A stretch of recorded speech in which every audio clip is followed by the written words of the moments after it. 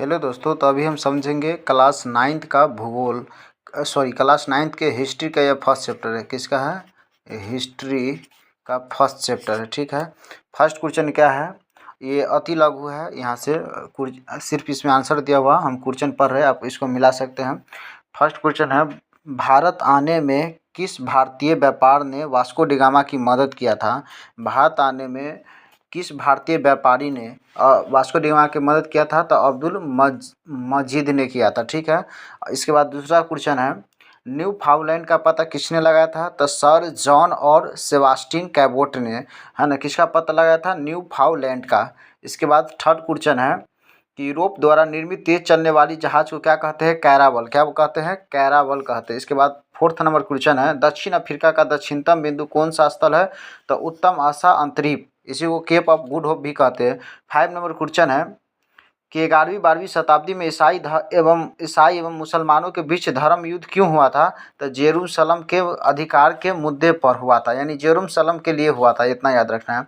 6 number question है कि 1453 ईस्वी में कस्तूनिया पर किसने अधिपत्ति जमाया, यानी किसने अधिकार कर लिया? तो तुर्की। कौन कर लिया? तुर्की।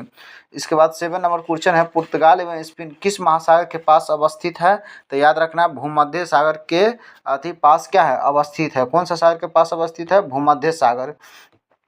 इसके बाद मैं क्वेश्चन समझ लेता हूँ, लघु उत्तरीय क्वेश्चन है। इस क्वेश्चन है पहला, यूरोप में मध्यकाल को अंधकार का युग क्यों कहते हैं? तो यहाँ पर आंसर लिख दिए हैं, यूरोप में मध्यकाल को अंधकार का युग निम्न कारण से कहा जाता है। पहला कारण है क्योंकि मध्यकाल में व्यापार गतिशील था।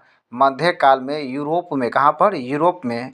मध्यकाल बतला चुका हूँ, कब से कब तक कहते हैं, यानी 750 से लेकर 1750 के काल को क्या कहते हैं? मध्यकाल। तो मध्यकाल में यूरोप में व्यापार गतिशील था, है ना, गतिशील था, यानी व्यापार उतना तेज नहीं था, तथा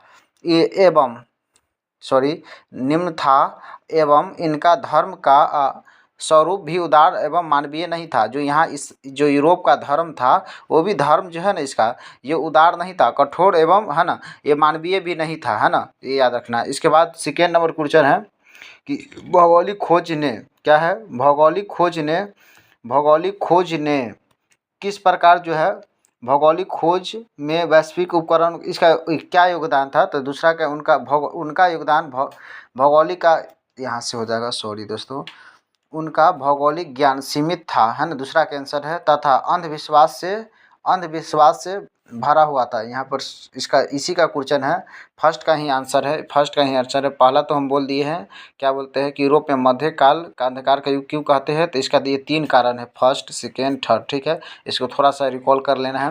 पहला तो बतला दिए थे, उसका व्यापार गतिशील था। दूसरा था कि धर्म उसका उदार और मानवीय नहीं था। इसके बाद सेकेंड हो जाएगा कारण, भौगोलिक ज्ञान उसका सीमित था, किसका? यूरोप का, तथा अंधविश्वास से युक्त था।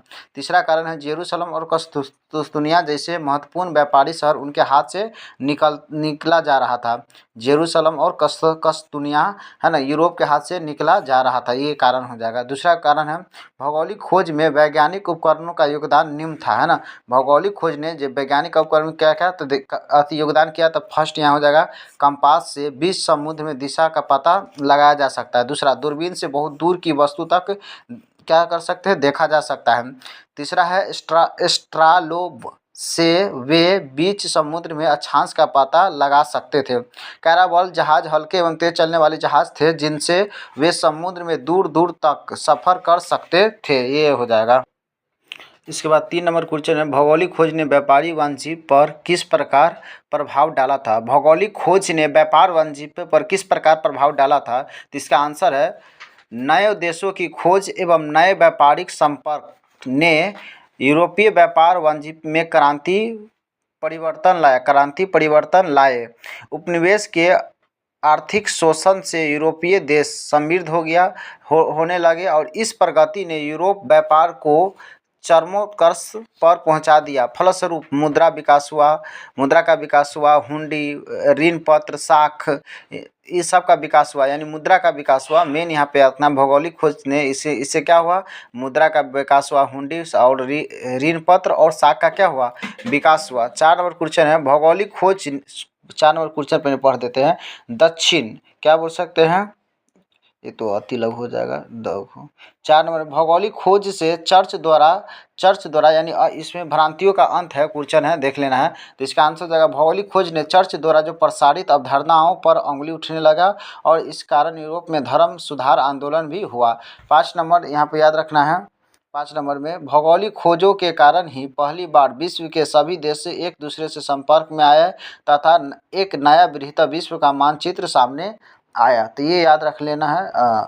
ये लघु जो 5 नंबर था तो सबका आंसर दिया हुआ था। Thanks for watching video.